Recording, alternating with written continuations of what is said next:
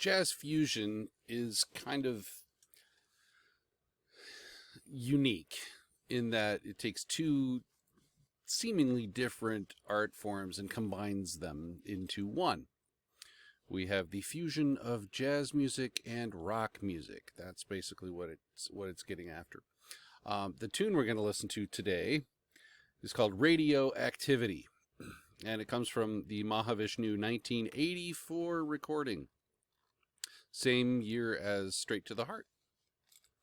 The leader of the Mahavishnu Orchestra is the incomparable John McLaughlin, who is known for playing a double neck guitar.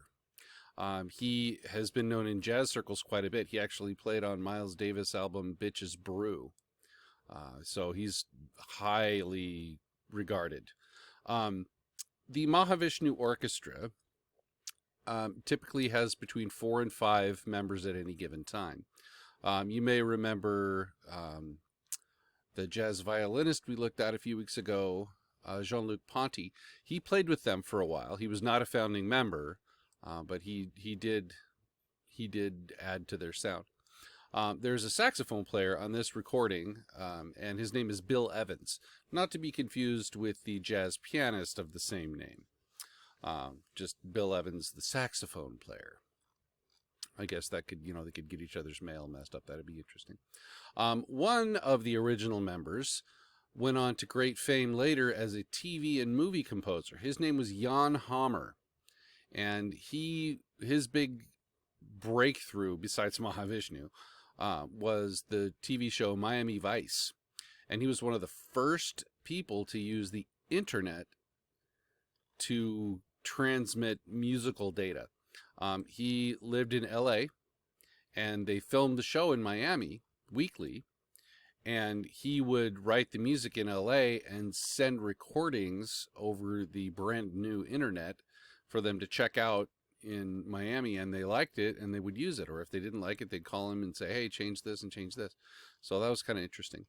The term Mahavishnu comes from the Hindu religion. It's Vishnu is one of the gods in Hindi, and Maha, I'm not sure what that means.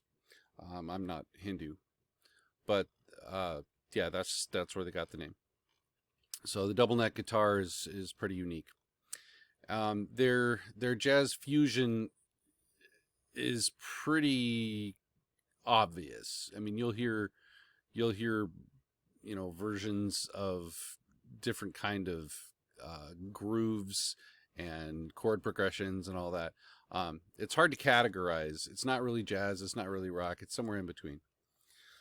Let's hear it. Here is Radioactivity.